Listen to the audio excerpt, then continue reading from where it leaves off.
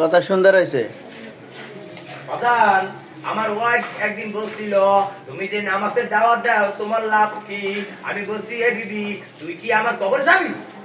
হ্যাঁ তো যাবো না। তুই তোর জায়গায় থাক। সুন্দর কথা কইছেন কিন্তু। হ্যাঁ অবশ্যই রাইট কথা। প্রধান, এই দেশটা যদি কোরআনের মাধ্যমে চালু না হয়, কোরআনের আইন যদি চালু না হয়, শান্তির আশা করো না, শান্তির আশা করো না। বিএনপি তো ক্ষমতায় আছে, যদি চাঁদাবাজি টেন্ডারবাজি আবার করে তাহলে 2 বছরের বেশি আর টেকবে না। এই কিয়ামতের বেশি দিন বাকি নাই।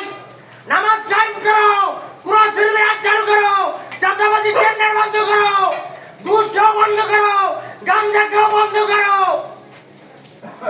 সঠিক লোক ক্ষমতায় বসাও, যারা আল্লাহকে চেনে, 5 ওয়াক্ত নামাজ পড়ে, তাদেরকে ক্ষমতায় বসাও। শান্তির আশা যদি করো, কোরআনের আইন চালু করো, আর নাহলে শান্তির আশা এই বাংলাদেশে আশা করো না। আমার ঠিকানা সরবারি বোর্ড স্কুল তালতলি। আমার মোবাইল নাম্বার 0199081715। আমি শুধু কোরআন শরীফ আল্লাহকে ভয় পাই আর কাউকে না। আসসালামু আলাইকুম রহমতুল্লাহি ওয়া বারাকাতুহু। দাড়ি বাল্লা আপনাকে বসাই যাবে, আমি অনেকে দেখলে মনে থুতু মারে।